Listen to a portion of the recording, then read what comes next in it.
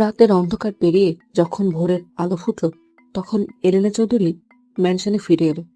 টানা 24 ঘন্টার মানসিক ও শারীরিক অত্যাচারে তার শরীর ভেঙে আসছিল। মাথাটা যন্ত্রণায় দপদপ করছে। সে ক্লান্ত পায়ে নিজের রুমের দরজা খুলে ভেতরে ঢুকতেই এক অশুভ ছায়া তার উপর ঝাঁপিয়ে পড়ল। হুট করেই রায়না পেছন থেকে এসে এলিনার সিল্কি চুলগুলো মুঠো করে ধরে এক হ্যাচকা টান মারলে। রাগে অন্ধ হয়ে রায়না চেঁচিয়ে উঠল। আমার আজলান বেবি কোথায়? বল কুত্তি, তুই আমার বেবির কি হাল করেছিস জঙ্গলে নিয়ে গিয়ে? চুলে টান পড়তেই এলিনার ক্লান্ত মস্তিষ্ক এক সেকেন্ডে রাগে যেন লাইটের মতো জ্বলে উঠল। কিন্তু সে চিৎকার করল না, বরং খুব শান্ত হয়ে এক পৈশাচিক হাসি হেসে উঠল। এলিনার এই অসময়ের হাসি দেখে রায়না কনফিউজড হয়ে ভ্রু কুঁচকে ফেলল। ঠিক সেই সুযোগে এলিনা মার্শাল আর্টের ডিফেন্স মোড অন করল। সে অত্যন্ত দ্রুততার সাথে রায়নার হাতের উপর নিজের দুহাত লক করে এক তীব্র ঝটকায় তার দিকে ঘুরে গেল। ঘুরে যাওয়ার সাথে সাথেই এলিনা নিজের ডান কনুই দিয়ে রায়নার নাকের উপর সজোর এক আঘাত বসালো। নাকে আঘাত লাগার ফলে রায়না ছিটকে গিয়ে দেয়ালে বাড়ি খেয়ে পড়তে নিল, কিন্তু এলিনা তাকে সুযোগ দিল না। সে বাঘিনীর মতো ঝাঁপিয়ে পড়ে নিজের কনুই দিয়ে রায়নার গলাটা দেয়ালের সাথে চেপে ধরল। রায়নার নাক ফেটে ততক্ষণে ফিনকে দিয়ে রক্ত পড়ছে। এলিনা তার মুখের উপর ঝুঁকে এসে ফিসফিসিয়ে বলল, একেই বলে রিলিজ অ্যান্ড টার্ন টেকনিক, যা সেলফ ডিফেন্সের জন্য এই দুনিয়ারই প্রতিটি মেয়ের জানা উচিত। রায়না বেবি। গলায় এত জোরে চেপে ধরার কারণে রায়না দম আটকে নীল হয়ে যাচ্ছিল। তার মুখ দিয়ে কোনো আওয়াজ বের হচ্ছিল না। করিডোরের দরজার আড়াল থেকে আজলান চৌধুরী তার ব্যান্ডেজ করা হাত পকেটে পুরে পুরো দৃশ্যটা দেখছিল। নিজের কচি বউয়ের এই হিংস্র রূপ দেখে তার চোখে মুখে এক পরম তৃপ্তি আর অহংকার ফুটে উঠল। সে মনে মনে বলল, সাবাস বাঘিনী, এই তো আমার চৌধুরী বংশের পারফেক্ট বউ। কিন্তু রায়নার চোখ দুটো যখন উল্টে যাওয়ার দশা হলো, তখন আজলান নিজের হাসি থামিয়ে বিড়বিড় করল, হায় হায়, আমার দুরূপের তাস এখনই মরে গেলে আমি কি নিয়ে খেলবো? বউরে, এখন এই ন্যাকা মায়াবিনারে মারিস না। আর কয়েকটা দিন পর একে আমি নিজ হাতে তোর পায়ে বলির পাঠা বানিয়ে দেব। আজলান এক ছুটে ঘরে ঢুকে এলিনার হাত থেকে রায়নাকে মুক্ত করে টেনে সরিয়ে দিল। রায়নাকে আড়াল করে আজলান নিজের মুখে এক মায়াকান্নার নাটক ফুটিয়ে বলল, আর ইউ ম্যাড এলিনা? একটু হলেই তো আমার বেবি আল্লাহর কাছে চলে যেত, তখন আমার কি হতো? হয়তো বিয়ের আগে বিধবা হয়ে যেতাম রে। রায়না তখন মেঝেতে বসে কাশতে কাশতে নিজের নাক মুছছিল। সে রক্তাক্ত মুখে আজলানের পা জড়িয়ে ধরে বলে, বেবি, এই বীজটা আমাকে আর একটু হলে মেরে ফেলতো। তুমি এখনই হেগে শেষ করে ফেলো প্লিজ। আজলান রায়নাকে বুকে জড়িয়ে ধরে মনে মনে বলল, বলবো তো বটে, ওয়েল ডান সুইটহার্ট। মনটা ভরে দিল ওই ডায়নাটাকে বিটিয়ে। কিন্তু মুখে অত্যন্ত গম্ভীর ও কঠিন ভাবে নেই। এলিনার দিকে তাকিয়ে বলল, এক্ষুনি ওকে সরি বলবে এলিনা, সে সরি। বলেই আজলান এলিনার ফর্সা হাতটা শক্ত করে চেপে ধরল। এলিনা আজলানের চোখের দিকে তাকালো। কোনো রাগ বা জেদ না দেখিয়ে সে অত্যন্ত শান্ত সুরে বলল, সরি। আজলান কিছুটা অবাক হলো। এলিনা এত সহজে তার কথা মেনে নেবে এটা সে আশা করেনি। কিন্তু আজলানের এই স্বস্তি এক সেকেন্ডও টিকল না। ঠিক সেই মুহূর্তেই এলিনা নিজের 3 ইঞ্চি ছুচলো হিল পড়া পাটা উঁচিয়ে আজলানের পায়ের উপর শরীরের ওজন দিয়ে সজোরে চেপে ধরল। এলির তীক্ষ্ণ খোঁচায় আজলানের পায়ের থেকে রক্ত ছিটকে বের হলো। এলিনা আজলানের কানের কাছে মুখ এনে এক মায়াবী কামড়ানোর মতো হেসে বলল, now I am really sorry husband. আজলানের ইচ্ছে করছিল পুরো বাড়ি মাথায় করে চিৎকার করতে, কিন্তু নিজের গ্যাংস্টার ইগোর কারণে সে মুখ ফুটে জাস্ট একটা শব্দ করতে পারল না। তার চোখ মুখ ব্যথায় কুচকে নীল হয়ে গেল। রায়না এই কাণ্ড দেখে কেঁদে কেঁদে বলল, দেখলে বেবি, এই বেয়াদবের বাচ্চার সাহস কত বেড়েছে।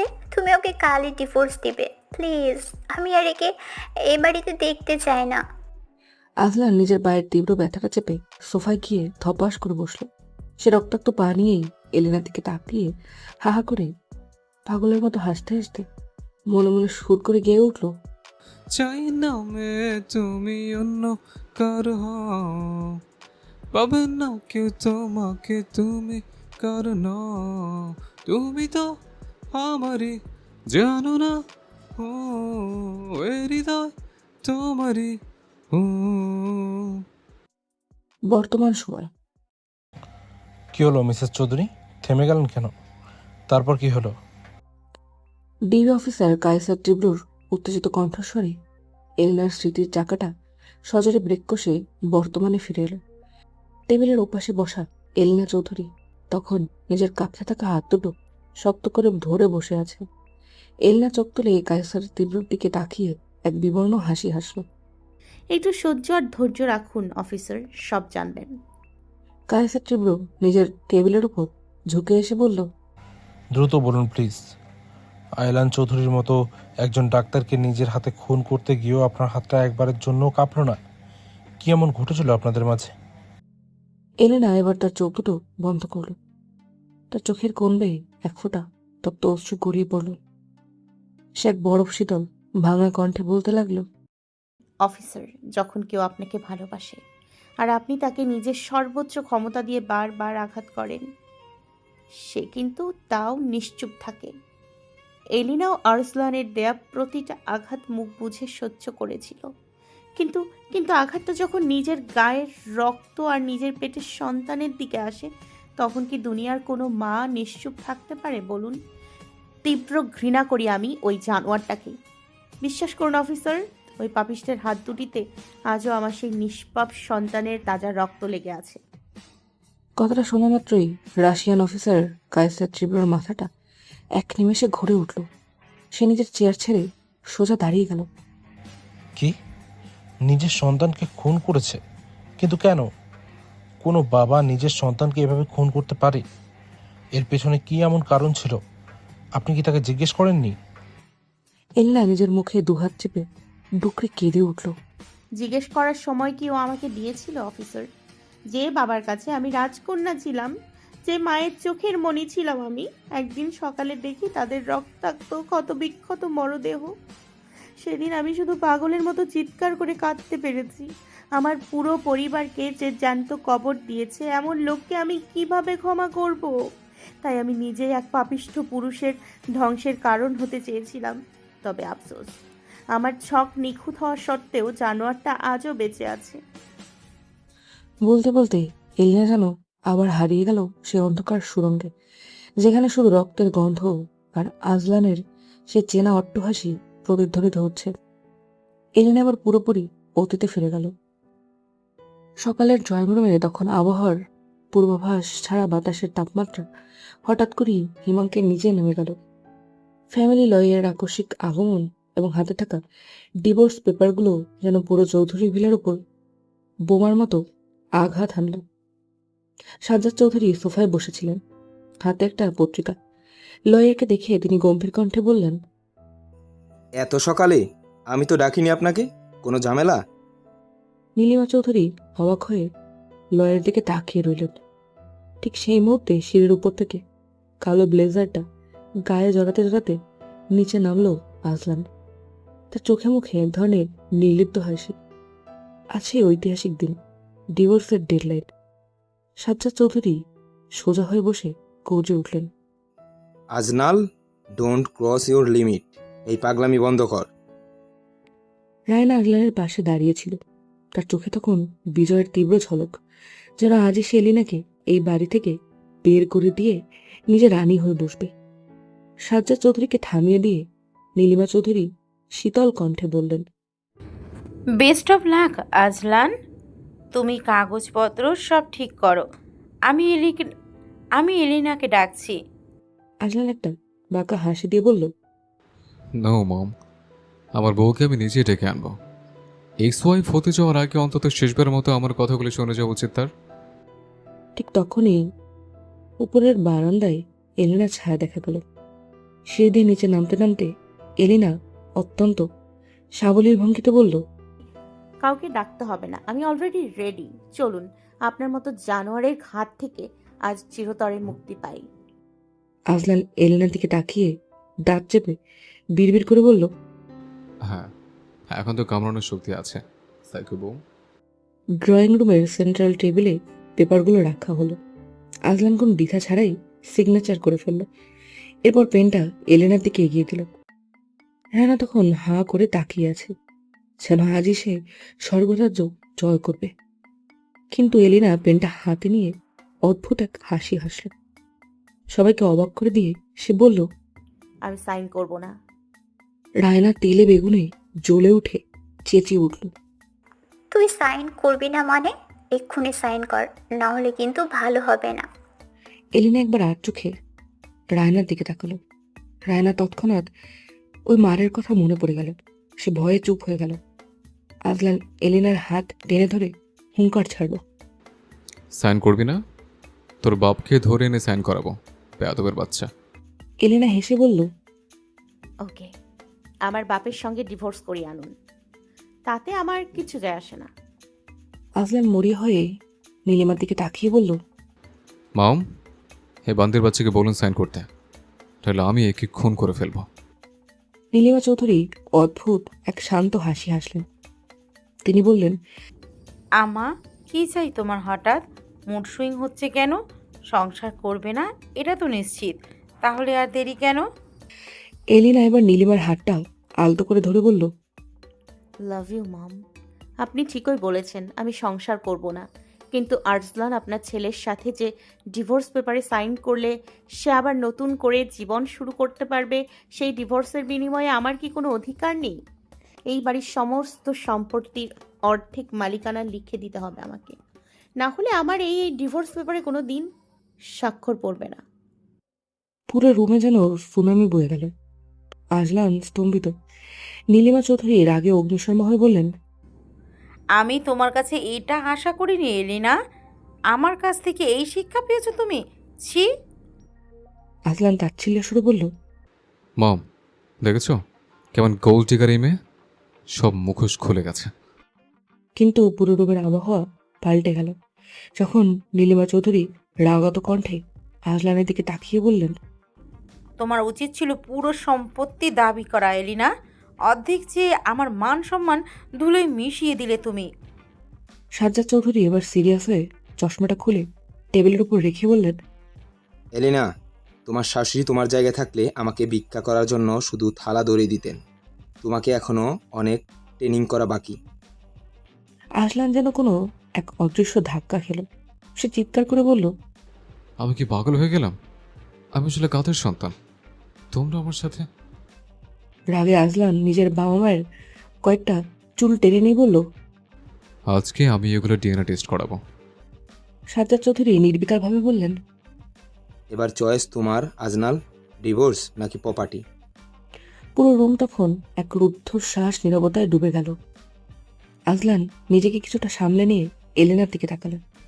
তার চোখের কোণে তখন এক ধূর্ত মাফিয়ার চাতুর্য স্পষ্ট। সে বেশ তাচ্ছিল্যে সুরে বলল, প্রপার্টি অর্ধেক দিয়ে দেবো বললেই তো আর হয়ে যায় না। এসব আইনি কাগজ বানাতে সময়ের ব্যাপার। তুমি আপাতত এই ডিভোর্স পেপারে সাইন করো, তারপর আমি প্রপার্টি ট্রান্সফার করে দেব। আজলান চৌধুরীর কথার খেলাপ হয় না। এলিনা আজলানের এই সস্তা বাহানা শুনে খিলখিল করে হেসে উঠল। ব্যাগ থেকে এক তারা নতুন আইনি দলিল বের করে টেবিলের উপর ছুঁড়ে দিয়ে বলল, ডোন্ট ওয়ারি মিস্টার আরজলান চৌধুরী, আপনার এই অলস মস্তিষ্কের ওপর ভরসা করে আমি বসে থাকিনি। পেপার আমি আগে রেডি করে এনেছি। আপনি এই প্রপার্টি পেপারে সাইন করুন, আর আমি এদিকে আপনার কাঙ্ক্ষিত ডিভোর্স পেপারে সই করে দিচ্ছি। Deal okay doctor Arzlan Chowdhury? Azlan বুঝল ফাঁদ পেতে সে নিজেই এবার কচি বউয়ের জালে আটকে গেছে। এবার আর কোনো বাহানা খাটবে না। ফ্যামিলি লয়ার কিছুটা ঘাবড়ে গিয়ে পেপারগুলো গোছাতে শুরু করলেন। ঠিক তখনই এক সার্ভেন্ট ড্রয়িং রুমে চা নিয়ে প্রবেশ করল। টেবিলে চায়ের কাপ রাখতে গিয়ে সে পুরো গরম চা গিয়ে পড়ল লয়ারের দামি কালো কোটের উপর। লয়ার উফ করে উঠতেই তার হাত থেকে প্রপার্টি আর ডিভোর্সের সমস্ত পেপার মেঝেতে ছড়িয়ে ছিটিয়ে পড়ে গেল। সার্ভেন্ট ভয়ার্ত মুখে বারবার ক্ষমা চাইতে চাইতে ফ্লোরে বসে পেপারগুলো তাড়াহুড়ো করে গুছিয়ে দিতে লাগলো। লয়ার তার ভেজা কালো কোটটা খুলে সোফায় রাখলেন। তারপর সার্ভেন্টের গুছিয়ে দেওয়া পেপারগুলো আবার টেবিলে সেট করে এলেনের দিকে কলমটা বাড়িয়ে দিয়ে বললেন, সব ঠিক আছে, এবার নিচে সই করুন, মিসেস এলিনা চৌধুরী। এলেনা কিন্তু কাঁচা খেলোয়াড় নয়। সে সই করার আগে প্রতিটি পাতা খুব সুন্দর করে খুঁটিয়ে খুঁটিয়ে সম্পূর্ণ পড়ে নিল। সব ঠিকঠাক দেখে সে কলমটা হাতে নিল। সই করার ঠিক আগের মুহূর্তে এলেনা এক দীর্ঘশ্বাস ফেলল। তার চোখের সামনে ভেসে উঠল আজলানের দেওয়া প্রতিটি আঘাত আর অপমানের দৃশ্য। সে মনে মনে বলল, আরসলান চৌধুরী, তোমার মতো জানোয়ারকে শিক্ষা দিতে হলে আমারও ক্ষমতার প্রয়োজন ছিল। আজ তোমার সেই অহংকারের ক্ষমতা আমি নিজের নামে কেড়ে নিলাম। এবার এই ক্ষমতা দিয়েই আমি নিজের প্রতিশোধের রাজত্ব বানাবো। খসখস করে নিজের নামটা ডিভোর্স পেপারের পাতায় বসিয়ে দিল এলেনা। আজলান তখনও এলেনার সে জেদি মুখের দিকে তাকিয়ে মনে মনে বলল, সুইটহার্ট, সুইটহার্ট, প্রপার্টি তো কোনো ছাড়। সুইটহার্ট, প্রপার্টি কেন? তোর জন্য আজলান চৌধুরীর এই জানটা হাজির। শুধু তুই একবার চেয়ে দেখতিস। তুই আজ যা কেড়ে নিলি তা তো আমি এমনিতেই তোর পায়ে সঁপে দিতে প্রস্তুত ছিলাম। পাশে দাঁড়িয়ে থাকা রায়নার চোখের মনে তখন হিংসায় জ্বলছে। সে মনে মনে এক পৈশাচিক ছক কষে বলল, আজ তো শুধু তোর স্বামীকে তোর থেকে কেড়ে নিয়েছিলি না, জাস্ট সময়ের অপেক্ষা। একদিন এই চৌধুরী বাড়ি থেকেই তোর শেষ নিঃশ্বাসটাও আমি কেড়ে নিব। তুই ভাবতেও পারছিস না তোর সামনে কি ভয়ঙ্কর দিন আসছে, মিস এলিনা চৌধুরী। ঠিক তখনই ঘরের দেয়াল ঘড়ির টিকটিক শব্দের মাঝে সবার কাঙ্ক্ষিত সে ক্ষণটি চলে এলো। লয়ের পেপারগুলো ফাইলে পুরে গম্ভীর কণ্ঠে ঘোষণা করলেন, আপনারা এখন আইনত মুক্ত। এক মুহূর্তের মধ্যেই মিসেস এলিনা চৌধুরী পরিচয়টা মুছে গিয়ে সে আবার হয়ে উঠল মিস এলিনা। 7 বছর ধরে বুকে বয়ে বেড়ানো সে পবিত্র, জটিল আর পৈশাচিক বন্ধনটা মাত্র কয়েক ফোঁটা কালির টানে মুহূর্তে ভেঙে চুরমার হয়ে গেল। এলেনা এক অদ্ভুত মুক্তির স্বাদ পেল, কিন্তু সে জানত না এই মুক্তি তাকে এক গভীর অন্ধকারের দিকে ঠেলে দিচ্ছে কি। ডিভোর্সের পর রাতটা যেন চৌধুরী ম্যানশনে এক পাহাড় সম নীরবতা নিয়ে নেমে এলো। এলিনা নিঝুম রাতে নীলিমা চৌধুরীর ঘরে গিয়ে তার কোলে মাথা রেখে শুয়ে রইল। এত বড় একটা ঝড় বয়ে গেছে তার উপর দিয়ে, কিন্তু চোখের জলটা গাল বেয়ে গড়িয়ে পড়ার আগেই সে ওড়না দিয়ে মুছে নিল। সে শূন্য দৃষ্টিতে তাকিয়ে ফিসফিসিয়ে বলল, খুব অদ্ভুত জীবন আমার, তাই না মম? আজ আমার নিজের জন্মদাতা বাবা মাও আমাকে পর করে দিল, একটা বারও আমার খোঁজ নেয় না। আচ্ছা মম, জীবনের সমীকরণ এত জটিল কেন? আর সমস্ত কঠিন সমীকরণগুলো একা আমাকেই বা কেন সামলাতে হবে? নীলিমা চৌধুরী এলিনার মাথায় হাত বুলিয়ে দিতে দিতে এক দৃঢ় গম্ভীর কণ্ঠে বললেন, আমার মেয়ে তুমি এলিনা, আমি তোমাকে ভেঙে পড়তে শেখাইনি। তোমাকে শক্ত হতে হবে। জীবনের প্রতিটা আঘাতের যোগ্য জবাব দিতে হবে আমার মেয়ের কাছে আজলান চৌধুরী যেন এবার হাঁটু গেড়ে হার মানতে বাধ্য হয়। এবার আমি সেই ব্যবস্থাই করব। তিনি এলিনার মুখটা তুলে ধরে বললেন, কালকে তুমি শহরের 5 স্টার রিসোর্টে যাবে। সেখানে টেবিল নম্বর 56-তে একটা ছেলেকে দেখতে পাবে। তার সাথেই আমি তোমার বিয়ে দেব। মাঝরাতে নীলিমা চৌধুরী ঘুমিয়ে পড়লেও এলিনার চোখে ঘুম আসছিল না। তার চোখের সামনে অনবরত ভেসে উঠছিল প্রাক্তন স্বামী আজলানের সেই হিংস্র অদ্ভুত ব্যবহার। ডিভোর্সের পর আজলান যখন অত্যন্ত তাচ্ছিল্যের সাথে এলিনার হাত ধরে তাকে ঘাড় ধাক্কা দিয়ে বাড়ি থেকে বের করে দিতে যাচ্ছিল, ঠিক তখনই বাদ সেরেছিলেন শ্বশুর সাজ্জাদ চৌধুরী আর শাশুড়ি নীলিমা চৌধুরী। তাদের একটাই কথা ছিল, আজলান যেমন রায়নাকে নিয়ে নতুন অধ্যায় শুরু করবে, এলিনাও ঠিক একই কাজ করবে। নীলিমা চৌধুরী আজলানের মুখের উপর স্পষ্ট বলে দিয়েছিলেন, লাল শাড়িতে এলিনা এই বাড়িতে একজনের হাত ধরে এসেছিল, আর এই বাড়ি থেকেও সে বিদায় নেবে লাল শাড়ি পরে, অন্য কারোর হাত ধরে। তার আগে সে এক পাও নড়বে না। রাত তখন 3টে। এলেনা এক হাতে একটা কাঠের বড় বাক্স, অন্য হাতে একটা দেশলাই ও কেরোসিনের বোতল নিয়ে ধীর পায়ে পেছনের অন্ধকার বাগানের দিকে হেঁটে গেল। সে বাগানের এক কোনায় গিয়ে বাক্সটা খুলল। ভেতরে রাখা একটা লাল লেহেঙ্গা, আজলানের সাথে তার কাটানো বিভিন্ন মুহূর্তের ছবি, যা এলিনা নিজে এডিট করে বানিয়েছিল। আর ছিল আজলানের সেই বিয়ের রাজকীয় শেরওয়ানিটা। আজলান 7 বছর দূরে থাকার সময় এলিনা এই শেরওয়ানিটা বুকে জড়িয়ে ধরে আজলানের শরীরের চেনা ঘ্রাণ নিত। তীব্র ঘৃণায় আর ক্ষোভে এলিনা সবকিছু বাগানের ঘাসের ওপর ছুঁড়ে ফেলে দিল। তার চোখে এখন আর পানি নেই, কিন্তু এক অদ্ভুত অস্বস্তিতে তার শ্বাসকষ্ট শুরু হলো। ডিভোর্স পেপারে সই করার সময়ও তো তার বুকে এমন তীব্র যন্ত্রণা হয়নি। কাপড় আর ছবিগুলোর উপর সম্পূর্ণ কেরোসিন ঢেলে দেওয়ার পর এলিনা বাক্স থেকে তার পুরনো ডায়েরিটা বের করলো। 7 বছরের জমানো সব অনুভূতি লেখা আছে ওটায়। এলিনা দেশলাইয়ের একটা কাঠি জ্বালিয়ে লেহেঙ্গা আর শেরওয়ানির উপর ছুঁড়ে দিল। সাথে সাথে দাউ দাউ করে জ্বলে উঠল আগুন। সেই লেলিয়ান আগুনের আলোয় এলিনা চৌধুরীর পুরো অভাবটা কাঁপতে লাগলো। এলিনা সহ্য করতে পারল না। সে লোকটাকে সে মনে প্রাণে ঘৃণা করতে চাইছে, তাকে কেন অবদ্ধ মনটা এত গভীরভাবে ভালোবেসে ফেলেছে। এই যন্ত্রণায় নিজের মুখ চেপে সে ডুকরে কেঁদে উঠল, যেন বাড়ির কেউ তার এই কান্নার আওয়াজ শুনতে না পায়। এলিনাকে যে শক্ত হতে হবে।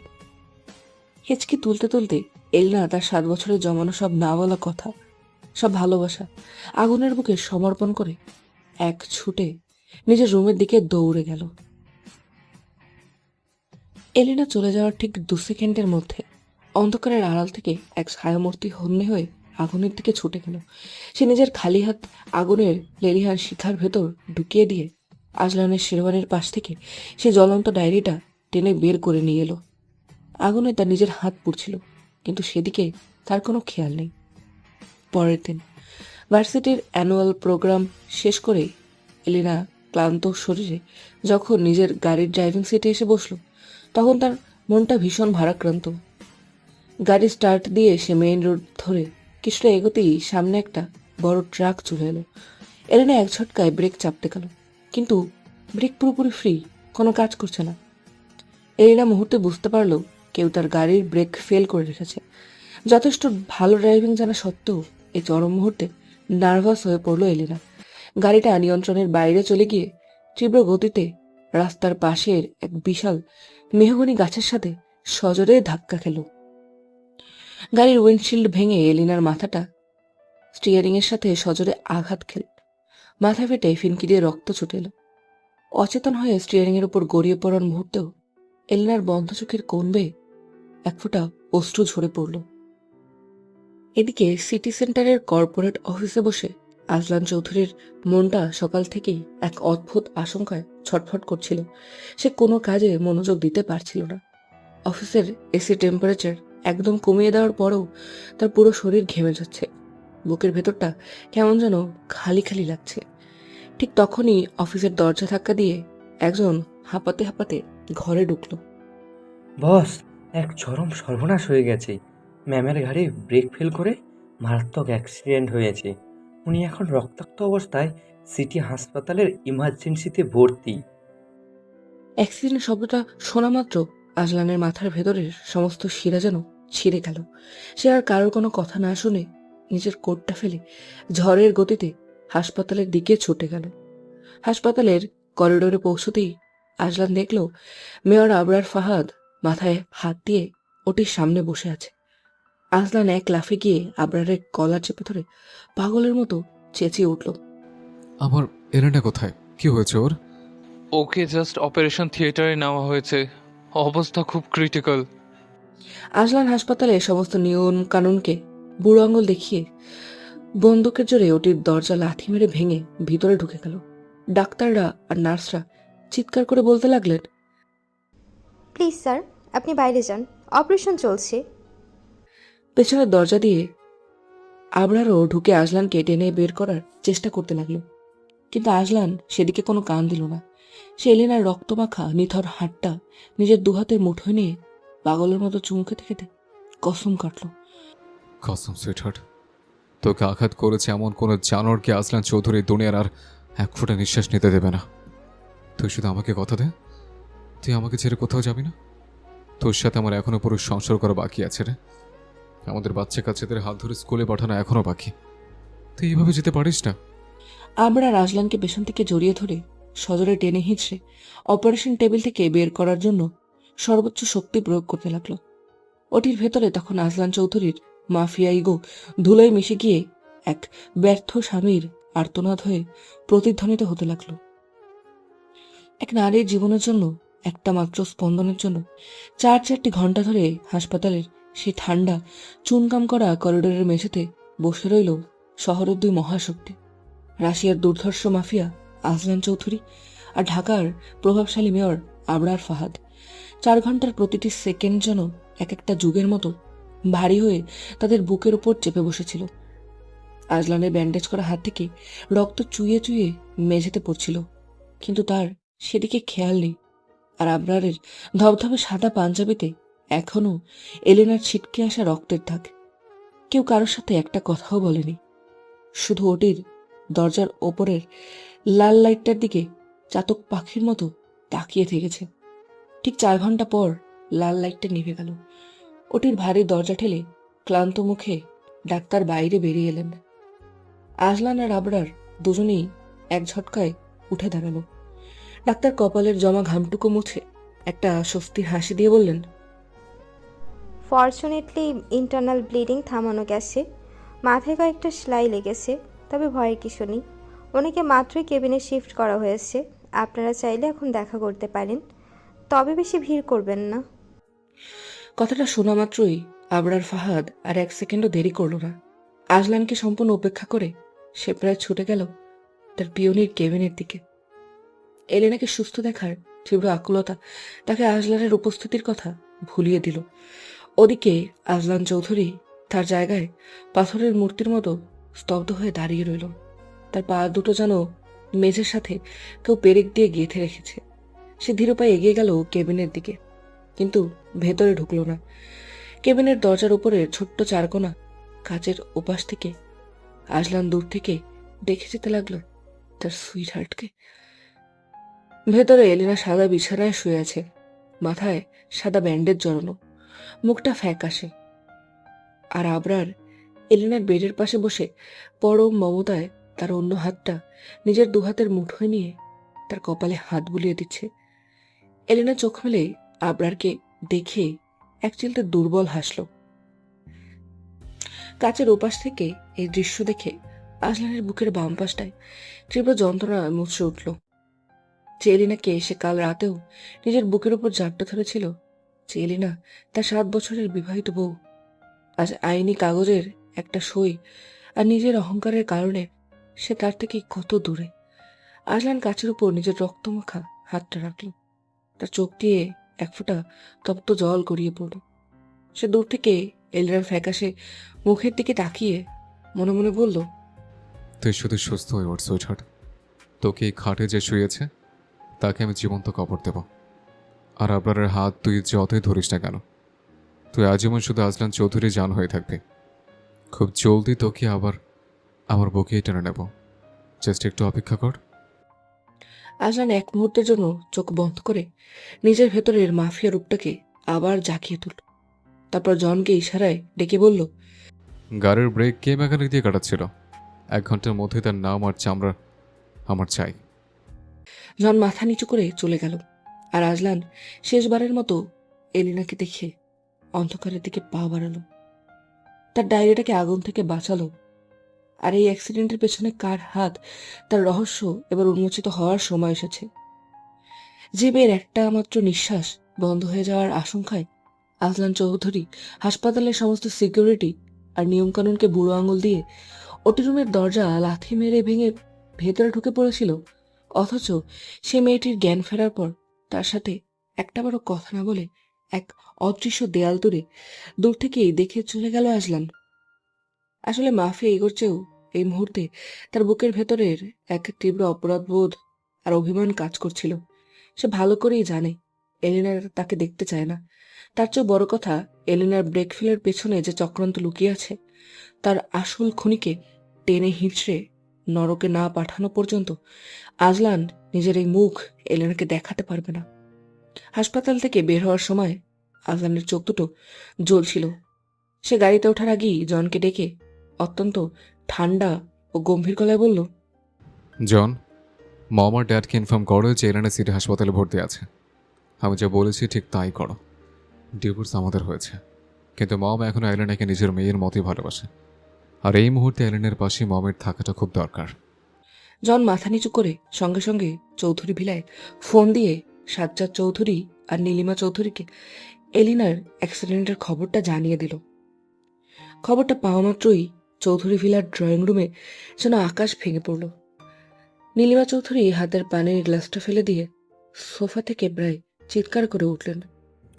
আমার এলিনার অ্যাক্সিডেন্ট হয়েছে, ও হাসপাতালে। সাজ্জাদ, দ্রুত গাড়ি বের করো। সাজ্জাদ চৌধুরীও এক সেকেন্ড সময় নষ্ট না করে নিজের চশমাটা চোখে দিয়ে বডিগার্ডদের রেডি হওয়ার নির্দেশ দিলেন। নীলিমা চৌধুরী তখনও কাঁপছিলেন। পাশে দাঁড়িয়ে থাকা রায়না মুখে এক কৃত্রিম ভয়ের নাটক ফুটিয়ে বলল, মম, আমিও আপনাদের সাথে যাব। এলিনার এত বড় ক্ষতি কে করতে পারে?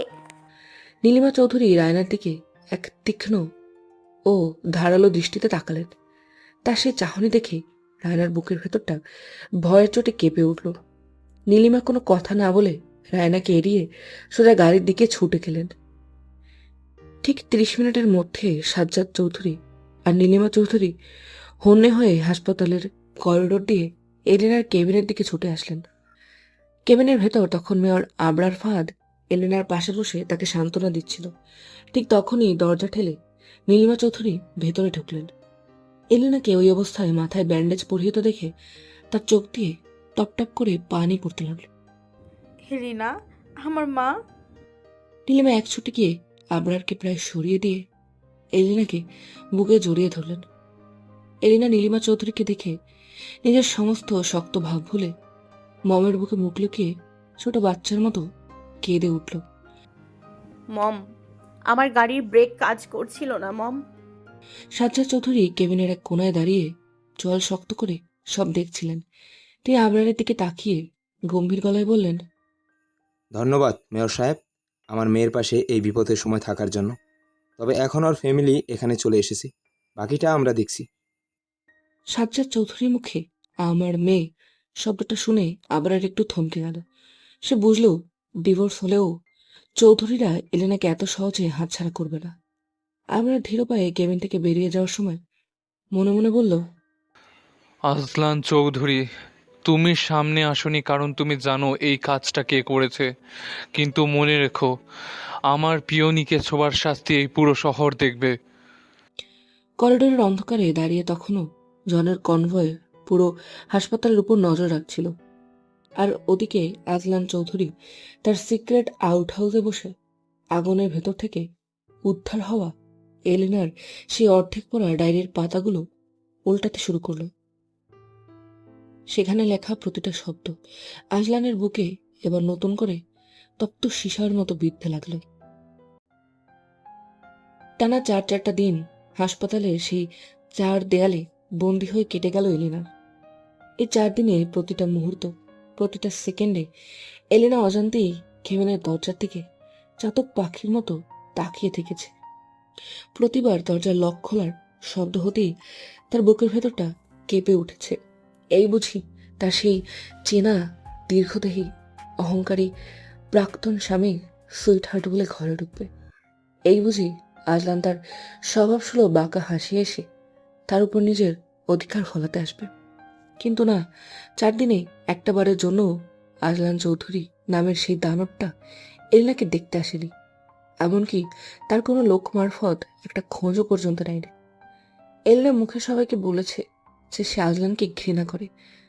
ভালো হয়েছে যে ওই জানোয়ারটা আসেনি, কিন্তু অবদ্ধ মনটা ভেতরে ভেতরে এক চরম না বলা অভিমানে ক্ষতবিক্ষত হচ্ছিল। এলিনা মনে মনে নিজেকে গালি দিচ্ছিল। ছি এলিনা, যে লোকটা তোকে গালে থাপ্পড় মেরেছে তার জন্য তোর এই অপেক্ষা? তুই এত সস্তা নোস। এদিকে 4 দিন ধরে মেয়র আবরার ফাহাদ এবং নীলিমা চৌধুরী ছায়ার মতো এলিনার পাশে ছিলেন। আবরারের দেওয়া লাল গোলাপের তোড়াগুলো কেবিনের এক কোণায় জমে উঠেছিল। যা দেখে এলিনার ঠোঁটের কোণে হাসি ফুটলেও মনটা ছিল মরুভূমির মতো শুষ্ক।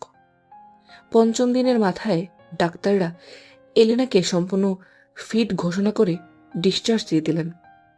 মাথায় এখনো সাদা ব্যান্ডেজ, আর শরীরে সামান্য দুর্বলতা থাকলেও এলিনা নিজের পায়ে দাঁড়ানোর মতো শক্তি ফিরে পেয়েছে।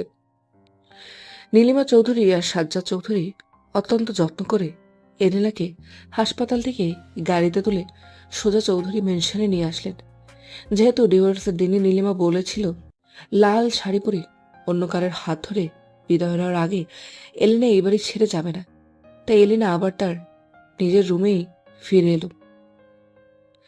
চৌধুরী ভিলার বিশাল লোহার গেট পেরিয়ে ড্রয়িং রুমে পা রাখতেই এলিনার চোখ দুটো স্বয়ংক্রিয়ভাবে পুরো বাড়ি জুড়ে আজলানকে খুঁজতে লাগলো। কিন্তু পুরো বাড়িটা কেমন যেন থমথমে, নিঝুম আর জনমানবহীন, খা খা করছে। বাড়ির কাজের লোকগুলো পর্যন্ত মাথা নিচু করে ফিসফিস করে কথা বলছে। রায়নাকেও কোথাও দেখা যাচ্ছে না। এলিনা আর নিজের ভেতরে কৌতূহল চেপে রাখতে পারল না। সে সোফায় বসার আগে নীলিমা চৌধুরীর দিকে তাকিয়ে অত্যন্ত স্বাভাবিক ও উদাসীন ভাব দেখানোর চেষ্টা করে জিজ্ঞেস করলো, মম, বাড়িটা তো শান্ত কেন?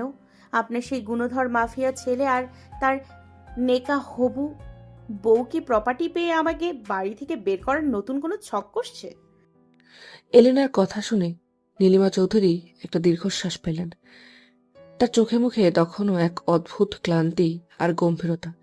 তিনি এলিনার হাত দুটো নিজের হাতের মুঠোয় নিয়ে ধীর কণ্ঠে বললেন, আজলান এই বাড়িতে নেই এলিনা।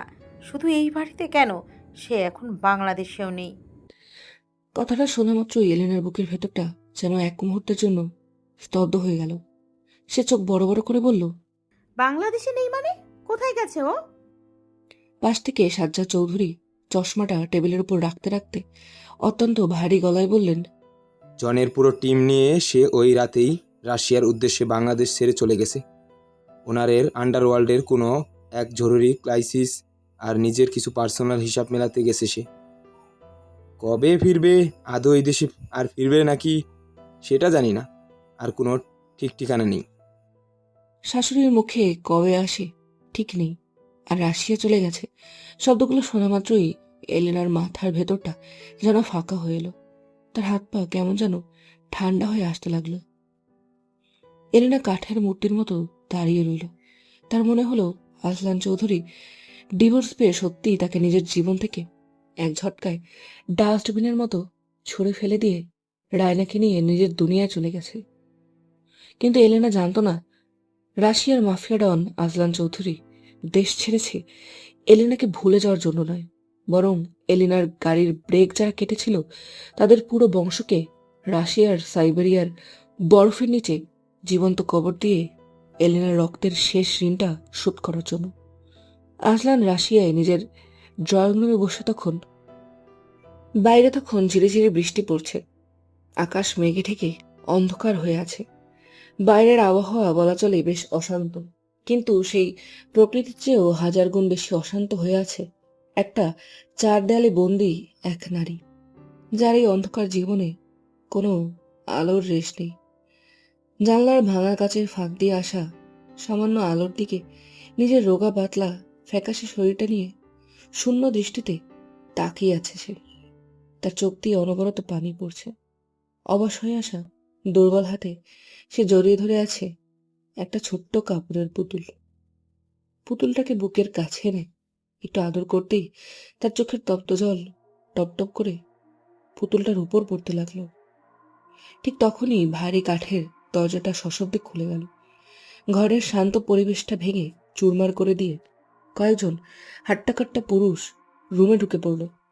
মেয়েটি কোনো প্রতিরোধ করার আগেই তারা জোর করে টেনে নিয়ে তাকে একটা লোহার চেয়ারে বসিয়ে দিল। মোটা দড়ি দিয়ে তার হাত পা বেঁধে ফেলল। এক ঝাঁক সশস্ত্র গার্ডের মাঝখান দিয়ে ধীর পায়ে হেঁটে ঘরে ঢুকলো এক ভয়ঙ্কর লোক। মেয়েটার সামনে এসে তার থুতনিটা শক্ত মুঠোয় চেপে ধরে মুখটা উঁচিয়ে এক পৈশাচিক হেসে বলল, কি উইফি, কষ্ট হচ্ছে না তো এই অন্ধকার বন্দি ঘরে একা একা থাকতে? নারীটা সাধারণ কোনো নারী নয়। নিজের এই রক্তাক্ত, ক্ষতবিক্ষত আর অত্যাচারিত শরীর নিয়ে সে লোকটার চোখের দিকে তাকিয়ে অবজ্ঞার হাসি হাসল। বেশ চড়া সুরে বলল, কষ্ট কেন হবে? তোর মতো একটা নরপশুর সঙ্গে থেকে কারো কি আর আলাদা করে কষ্ট হয়? লোকটা এক ঝটকায় মেয়েটার চুলগুলো মুঠো করে ধরে পেছনের দিকে টান মারল। দাঁত কিরমির করে বলল, উইফি, ৫-৫টা বছর ধরে এই কাল কুঠুরিতে তোকে দিনরাত এত মারি, তাও তোর এই তেজ কেন যায় না বলতো? মেয়েটি ব্যথায় চোখ বন্ধ করলেও দম গেল না। সে চোখ মেলে লোকটার মুখের উপর তীব্র ঘৃণায় বলল, তোর মতো জানোয়ারের ভয়ে আমার তেজ কোনোদিন যাবে না। আর তার থেকে বড় কথা, এই তেজ আমার রক্তে, এটা বংশগত, যার অন্যতম প্রমাণ আমার বোন এলিনা চৌধুরী। এলিনা চৌধুরীর নামটা শোনা মাত্রই লোকটার চোয়াল শক্ত হয়ে উঠল। সে রাগে অন্ধ হয়ে মেয়েটার ফর্সা গালে এক সজোরে থাপ্পড় দিয়ে বসল। মেয়েটার ঠোঁটের কোণ ফেটে আবারও তাজা রক্ত চুইয়ে পড়ল। লোকটা গর্জে উঠল, আমি জানোয়ার হলে তোকে এতগুলো দিন এই দুনিয়ায় জ্যান্ত বাঁচিয়ে রাখতাম না, বুঝেছিস? নারীটা নিজের মুখের রক্তটুকু গিলে নিয়ে প্রবল বেগে লোকটার মুখের উপর থুতু ছিটিয়ে দিল। সে চিৎকার করে বলল, এটাকে তুই বেঁচে থাকা বলিস? এর যে মৃত্যু অনেক ভালো। আল্লাহর কাছে মৃত্যু পাওয়াটাই এখন আমার জন্য সবচেয়ে বড় দোয়া। লোকটা নিজের মুখটা শার্টের হাতা দিয়ে মুছে নিয়ে পকেট থেকে একটা রিভলভার বের করল। সে মেয়েটার কপালে বন্দুকের নল চেপে ধরে হিসিয়ে বলল, অনেক নাটক হয়েছে, ওই ফর্মুলাটা আমাকে দিয়ে দে, তাহলে তোকে আর তোর ওই ছোট্ট মেয়েটাকে আমি আজই ওখান থেকে ছেড়ে দেব। লোকটার কথা শুনে পুরো রুম কাঁপিয়ে অবিশ্বস্ত এক অট্ট হাসি হেসে উঠল মেয়েটা। হাসতে হাসতে বলল, ওই ফর্মুলা? তা তো আমি বেঁচে থাকতে তুই কোনো দিনও পাবি না, আর আমার মৃত্যুর পরও তুই ওটা ছুঁতেও পারবি না। লোকটা এবার চরম ক্ষিপ্ত হয়ে বন্দুকের সেফটি লকটা আনলক করে বলল, ইচ্ছা করছে তোকে এক্ষুনি গুলি করে মগজটা উড়িয়ে দিই। মেয়েটা ভয় না পেয়ে লোকটার চোখের দিকে সোজা তাকিয়ে শান্ত গলায় বলল, আমি তো সেদিনই মরে গেছিলাম, যেদিন তোর মতন একটা অমানুষের হাত ধরে নিজের সাজানো বিয়ের আসর থেকে পালিয়েছিলাম। এখন আর নতুন করে আমাকে কি মারবি?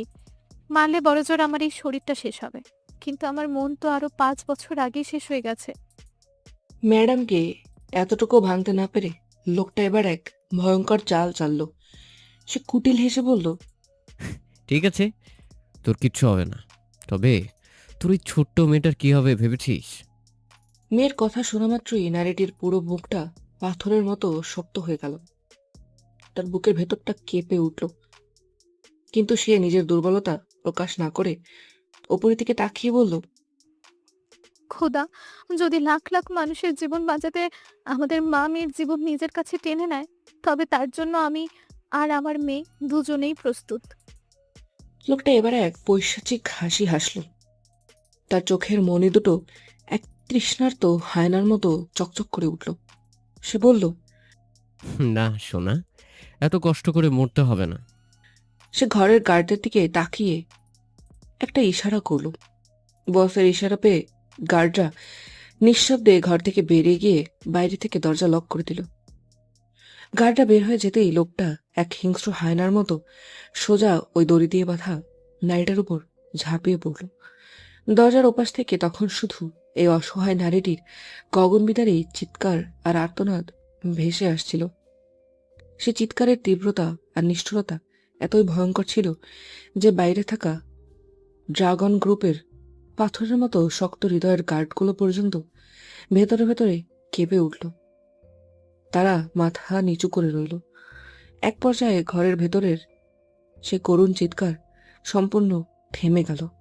চারপাশে এক নিঝুম, দম বন্ধ করা নীরবতায় ডুবে গেল। তার বেশ কিছুক্ষণ পর ঘরমক্ত শরীরে শার্টের বোতাম আটকাতে আটকাতে ঘর থেকে বেরিয়ে এলো সে লোকটা। তার চোখে মুখে তখন এক পাশবিক তৃপ্তি। সে বাইরে দাঁড়িয়ে থাকা ড্রাগন গ্রুপের প্রধান গার্ডের দিকে তাকিয়ে অত্যন্ত কঠোর গলায় আদেশ করল, ভেতরে ওভাবেই পড়ে থাক, তবে ওর উপর কড়া নজর রাখবি। আর শোন, বাংলাদেশে এলিনা চৌধুরীর প্রতিটা মুভমেন্টের উপর নজর রাখ। আজলান চৌধুরী রাশিয়া গেছে, এটাই সুযোগ। এলিনাকে শেষ করতে পারলে এই ফর্মুলা এমনিতেই আমাদের হাতে চলে আসবে। লোকটা করিডোর দিয়ে হেঁটে চলে গেল। আর ওদিকে কাল কুঠুরির মেঝেতে রক্তাক্ত বিবস্ত্র অবস্থায় পড়ে থাকা মেয়েটা নিজের শেষ শক্তি দিয়ে পুতুলটা বুকের সাথে চেপে ধরে মনে মনে বলল, এলিনা, বোন আমার, তুই সাবধানে থাকিস, শয়তানরা তোর দিকে এগিয়ে আসছে।